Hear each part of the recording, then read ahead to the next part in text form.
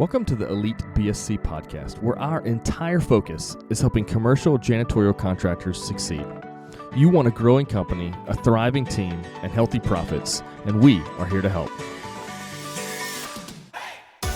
My name is Jordan Tong. I'm the founder of Elite BSC, a company dedicated to helping janitorial companies grow and thrive. I also serve as CEO and one of the owners of France Building Services.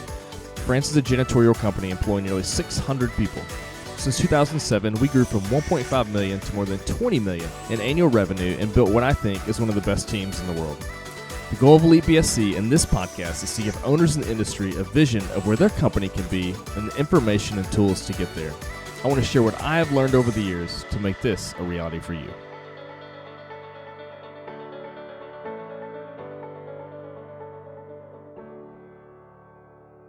Hey, cleaning contractors, it's Jordan here with Elite BSC.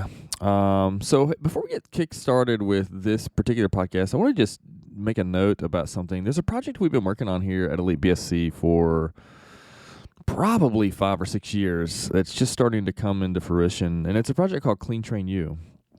And what this is basically like it's an online training platform that we designed for the cleaning industry.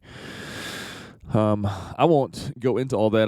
One of the challenges that we face in the janitorial industry is a dispersed workforce. And so being able to lead and manage and train and sort of get the culture across when you have people spread out everywhere is difficult. You're just kind of disconnected, and it's hard to have consistent training, consistent leadership, and really be able to take care of your team members. And so Clean Train You was sort of born out of that need that we have in our own company and just seeing it across the industry. So I'd encourage you to check it out. There's a guy that's running the program who's got a lot of experience in training content and technology experience as well. His name is Ben.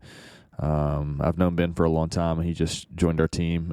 So anyway, go to cleantrainyou.com and you can check it out. Cleantrainyou, the letter U, .com, and maybe learn a little bit more about that if it's something that may be of interest to you. So today's podcast topic is one that is potentially sensitive for some, and it definitely hits home for a lot of people in our industry, and it's 4 rules for family cleaning businesses. And so I want to talk about some of the nuances and potential pitfalls of a family business and how you might think about navigating those.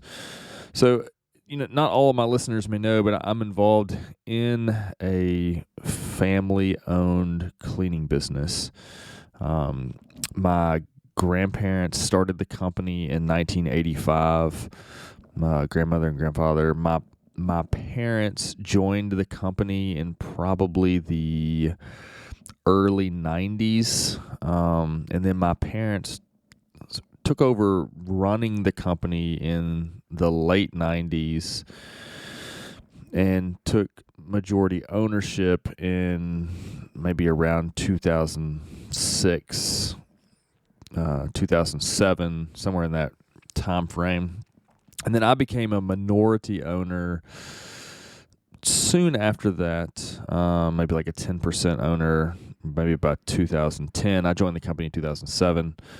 And by 2015, I was 49% owner, and my parents were 51%. My grandmother no longer is an owner, though we still take care of her. So and what's interesting too, on my dad's side of the family, his dad had a family business where it was a contracting company, and it was dad and sons working. And my dad worked there first, right out of high school, and that was the only other job he had before he came over to help run the cleaning business. And my dad worked for his dad, and that didn't necessarily go as well. Like he was the first of the brothers to leave, but felt like he was definitely ready to do that.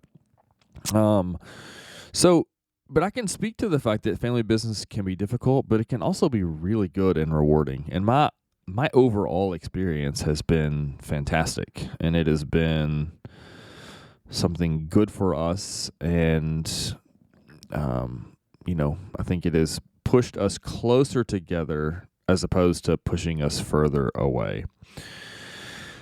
And I don't think that's always the case. I think we've been blessed for a variety of reasons in this regard, but it has not been without its challenges and some significant, hurdles and frustrations along the way. But business has been overall pretty good. So I've got 4 topics or 4 rules or things to maybe think about, but I think there could be a lot of other ones. So I may riff off of some of these as we go along. So the first one would be, I think, a good principle to keep in mind is to keep work at work and home at home. And that doesn't mean you don't ever talk about work outside of work hours, because we certainly do from time to time. And it doesn't mean you don't ever talk about home stuff at home, but we've tried to create a little bit of a wall of separation between the company and the rest of the family. And what adds, there's a little bit of complication to this on my end in that I have 2 siblings, and my parents and I and my 2 siblings and their families and, all 15 grandkids, we all live within a few miles of each other, and we're close, and we attend the same church, etc. And so there is there's some non-family members and some family members that are non-business owners, and then some that are business owners involved in the company. And so there's potential for there to be dissension or amongst the family or in the business. And so keeping work at work has been helpful. We try to draw a line there, and we do work things at work, and we navigate issues, and we stress about them, and we come up with solutions, and we talk about things.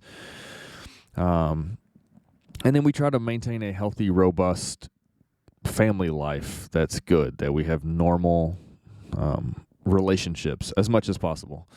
My family is a bit crazy, so normal is a very subjective term as I use it. But I think you guys know what I mean. And so we want Christmas time and Thanksgiving and Sunday afternoon dinners or whatever it is, we want that to be good. And because in a lot of ways in every way, that is more important than, let's say, the financial success of the company.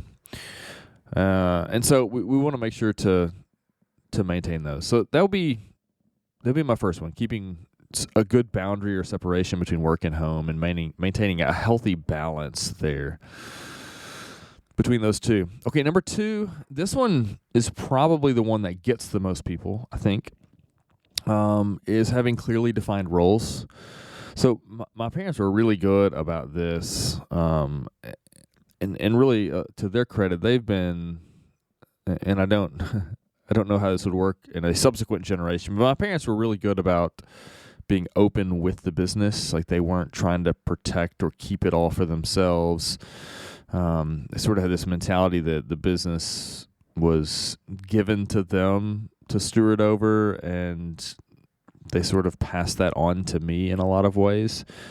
And so they made that really easy for me in that regard. And so when I first started, my dad was sort of running the operation. My mom was bookkeeper, controller, office manager, all of those titles. And over time, my dad's role sort of it backed off a bit. My mom maintained her role and became really would be the controller of the organization.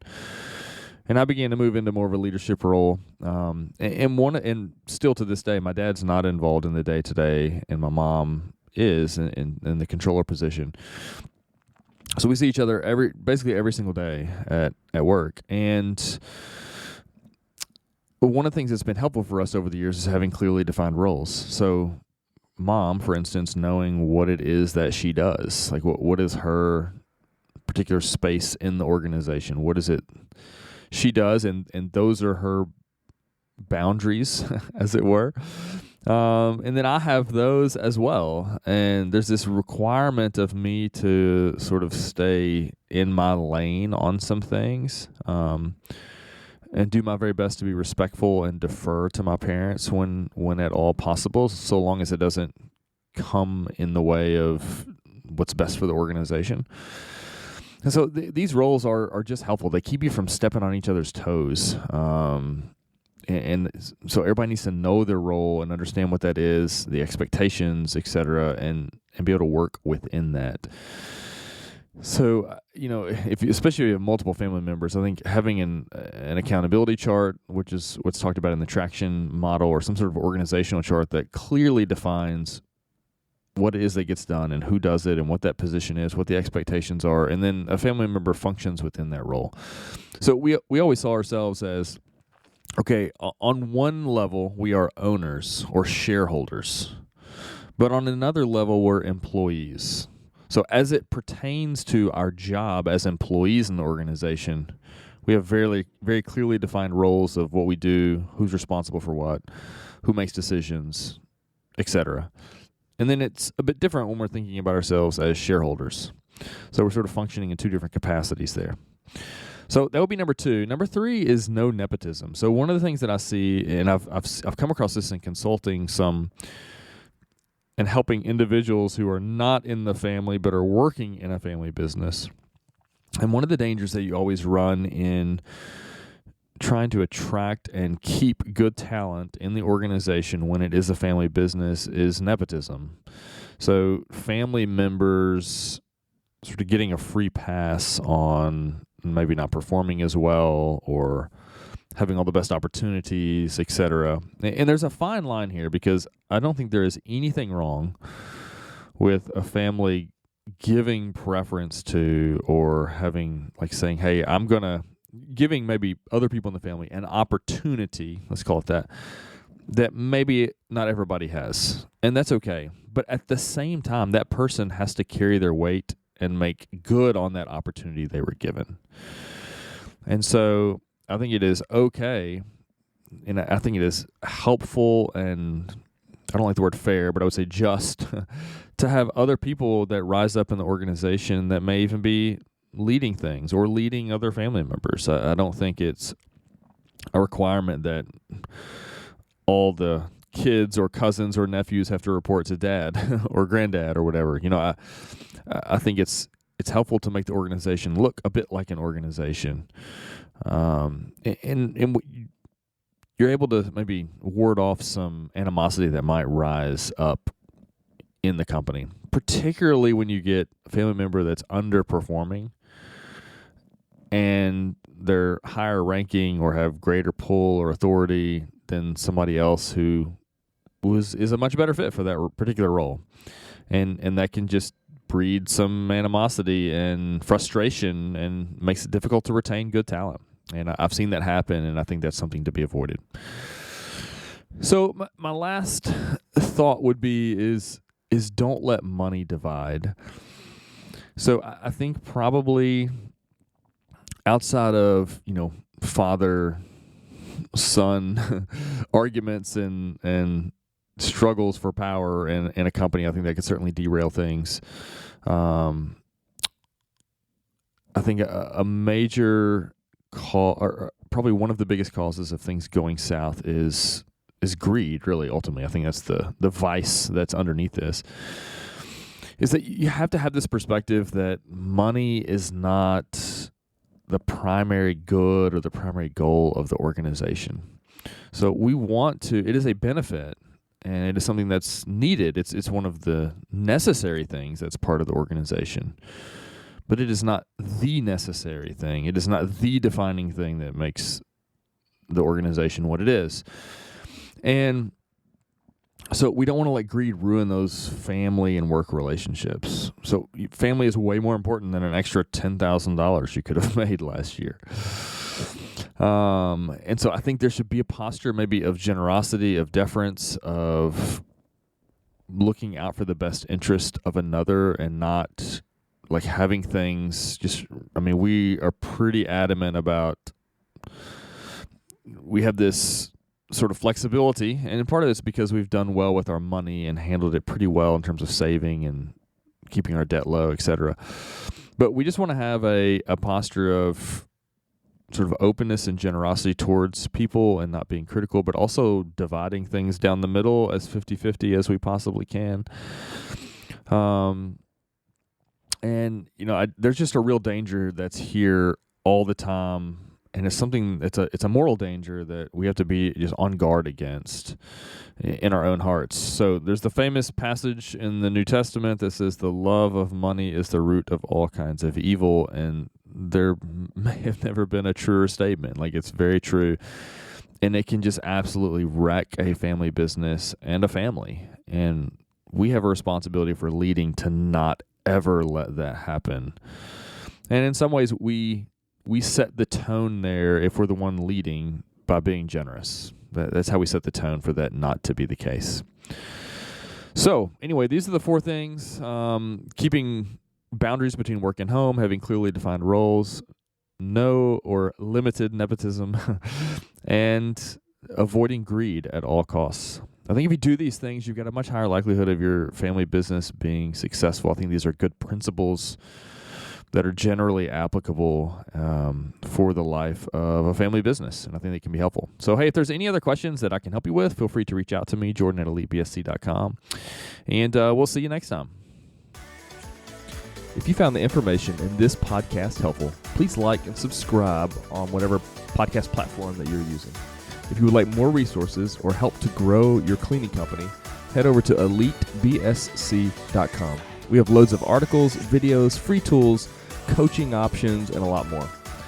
If your company is greater than $500K in revenue and you want to take your learning experience to the next level, check out our mastermind group. You can learn more about that at elitebsc.com/mastermind.